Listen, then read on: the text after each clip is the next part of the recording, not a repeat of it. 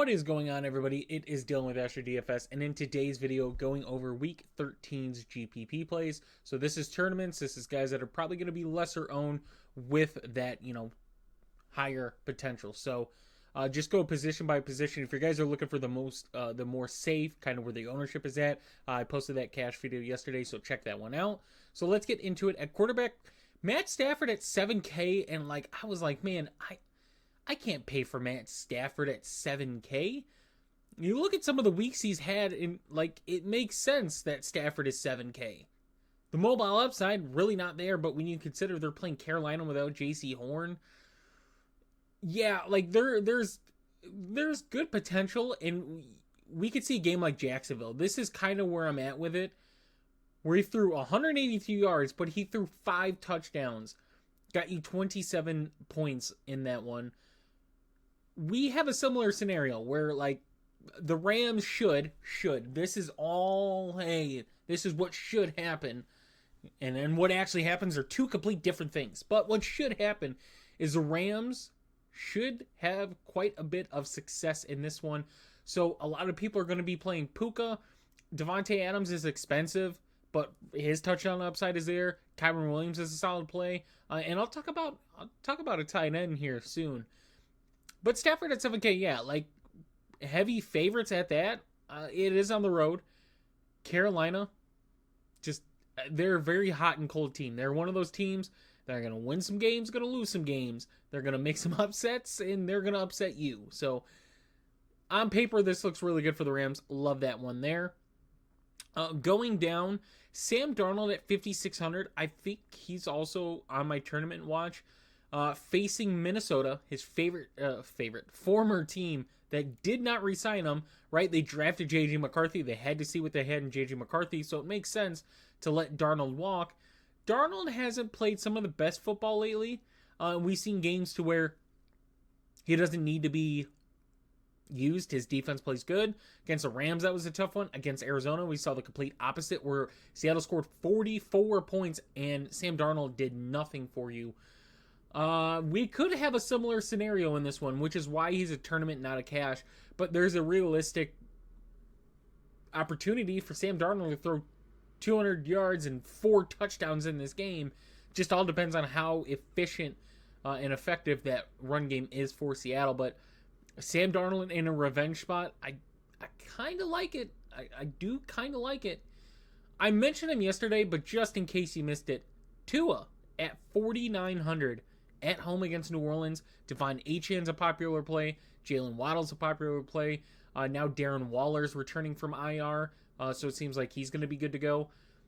I like Tua. I think this is a really good spot for Tua to get that 20-point performance that we so often see, right? So often see.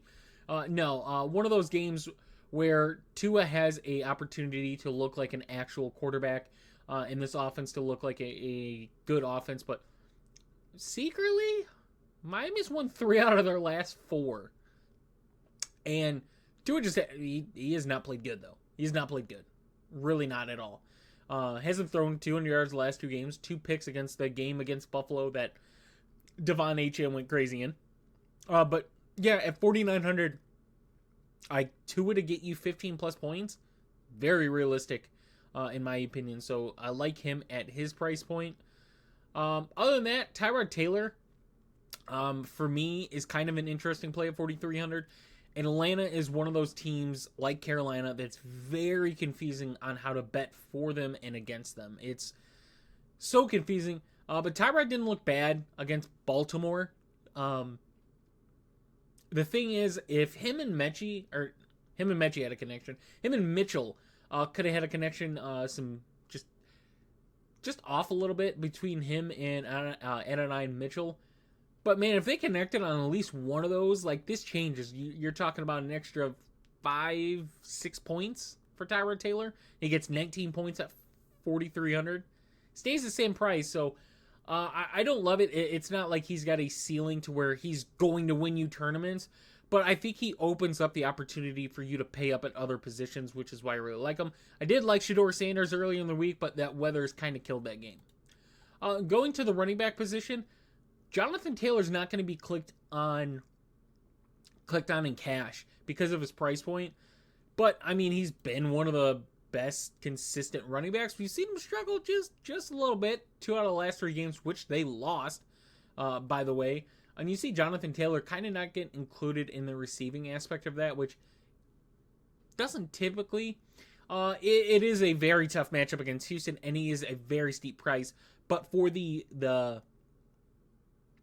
ceiling and the lower ownership for Jonathan Taylor, like, I think that's how you kind of get different, because people are going to play Achane. No one's really playing anybody in that San Fran Cleveland game right now if the weather continues to be the way it is. Bijan's kind of interesting, but like, people are looking at Achane. I think it could be a good spot for James Cook, but then you go down to some of the cheaper backs. But in 9,800, it's kind of how you get different for a pay-up option at running back. Now, man, I kind of went over it. Kyron's a cash play for me. In my opinion, he's a cash play. ETN at 6,500, although his price is up there, I think he's a solid play. Jaylen Warren and both Kenneth Gainwell, like, for how bad Buffalo's been against the run, you want one of these guys in your lineup in tournaments, right? I'm not saying every lineup, so apologize there, but you want some exposure to Pittsburgh running backs just for how bad Buffalo's been against the run, and kind of what Pittsburgh lives for is playing off the run. So Jaylen Warren, Kenneth Gainwell, both those guys should be tournament backs that you're looking at this week. Vidal, interesting spot at home, division game. Vegas plays running backs pretty good. No Hampton. But Chargers, heavy favorites. They're at home.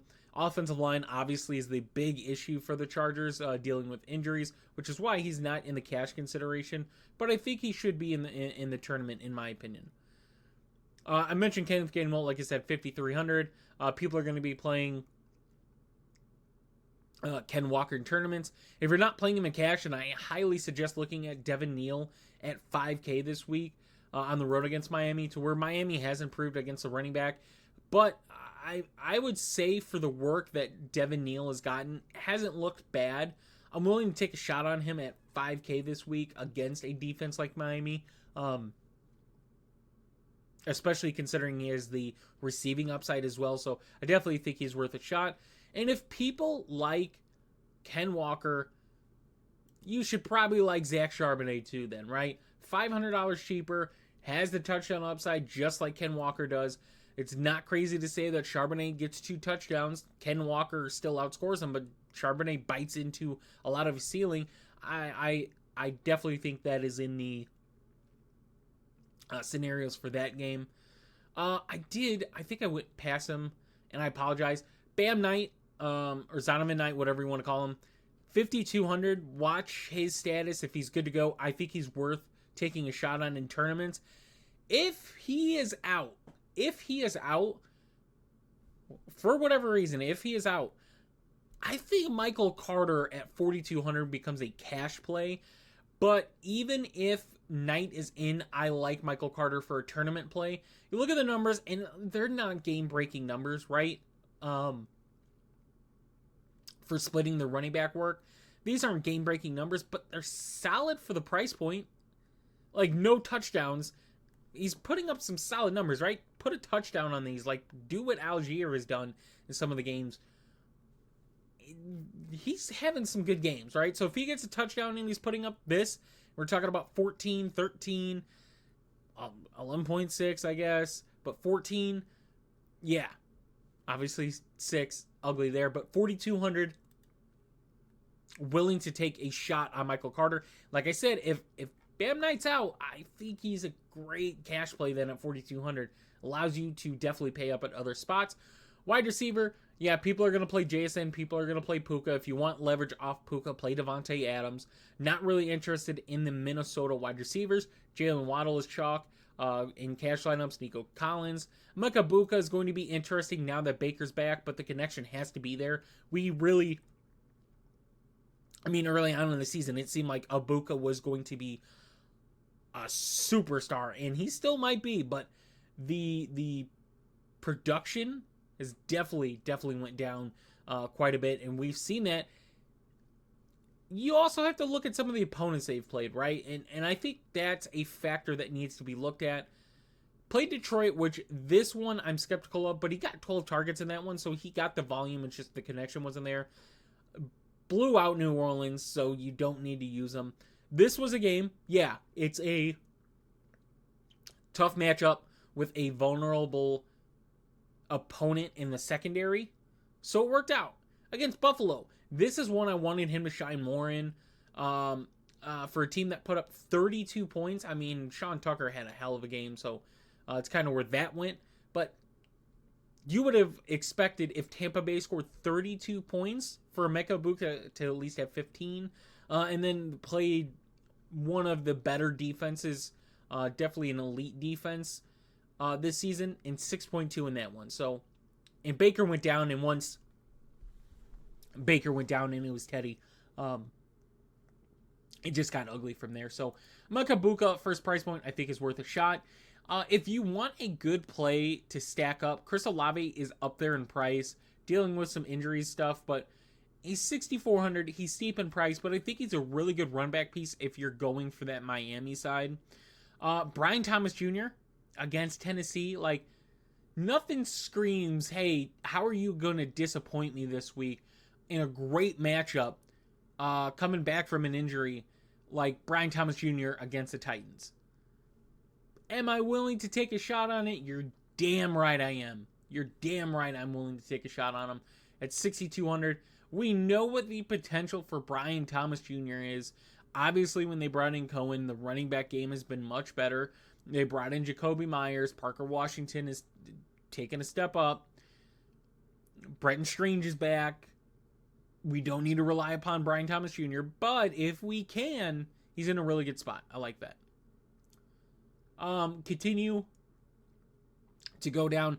DK Metcalf is always going to be I would say there's been a couple times where he was cash, but he should always be a tournament piece because of the way the wide receiver room is in Pittsburgh. Obviously, they've been utilizing their tight ends a lot more. Kenneth Gainwell, Jalen Warren have been a really good running back duo combined.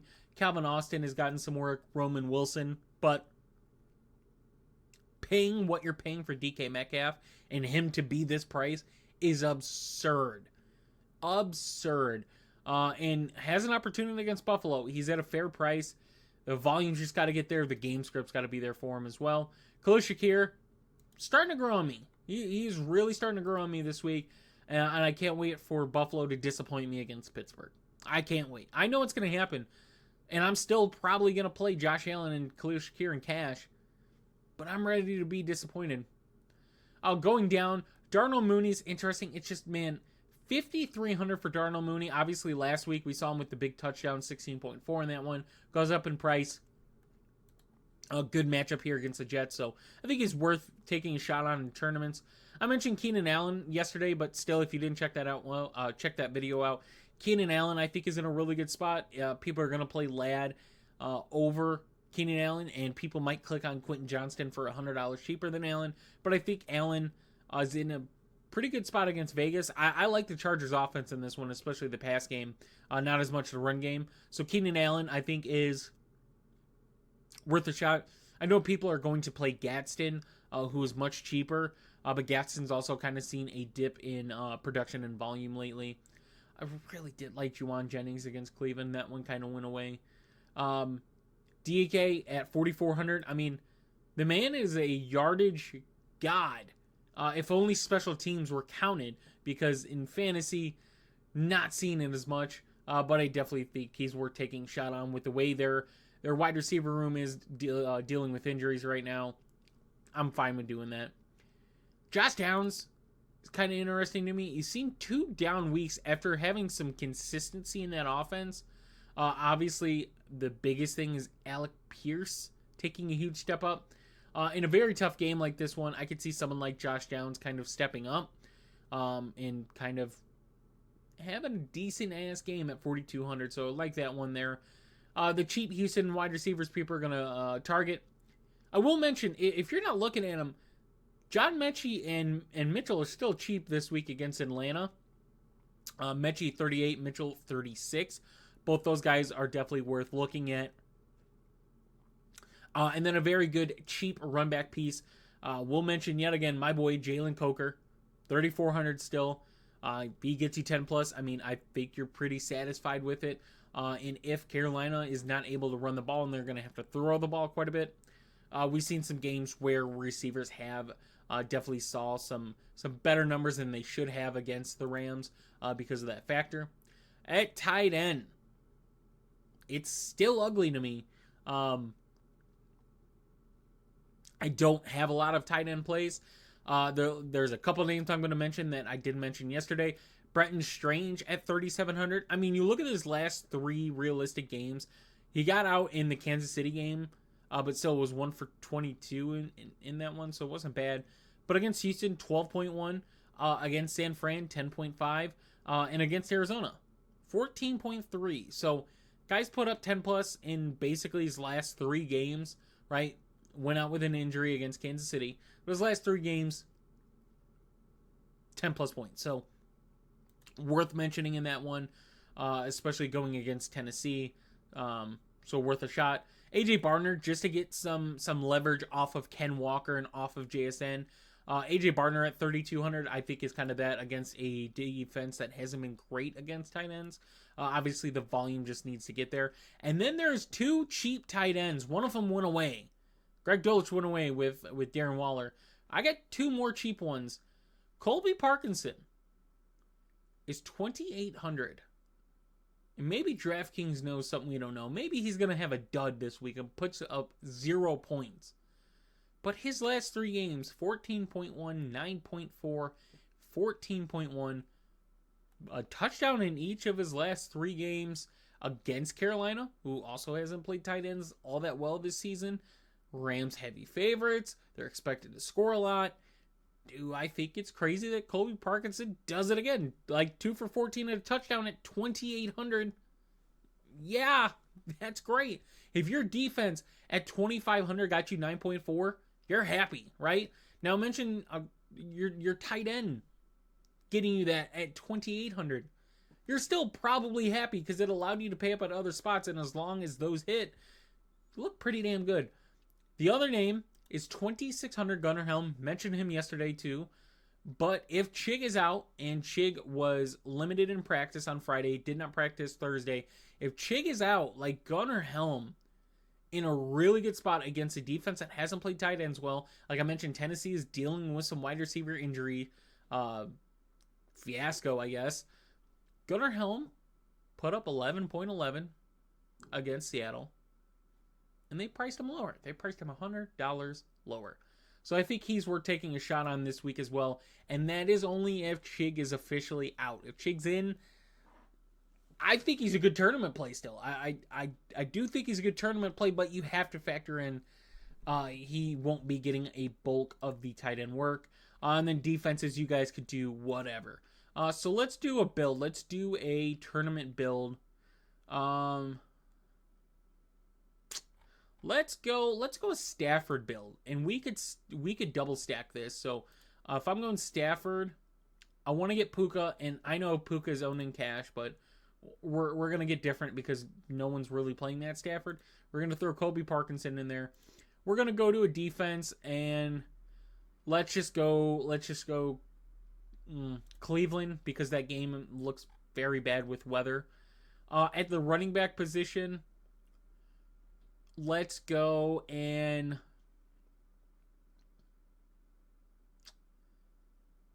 let's throw like a Kenneth Gainwell in and leverage Ken Walker, because people are going to be playing Ken Walker. You could do the same with Bam Knight if Bam Knight's in. Get a leverage play there. We need another running back first before we move on. Let us get a...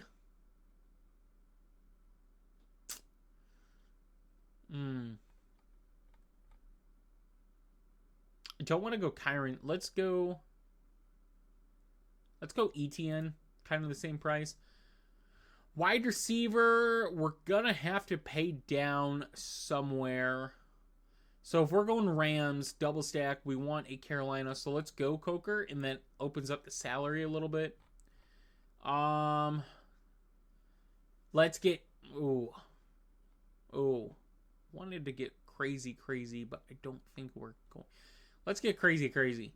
We'll do a double stack because I just love paying. Brian Thomas Jr. 6,800. And that leaves up some cash plays. Waddle, Collins, Kyron.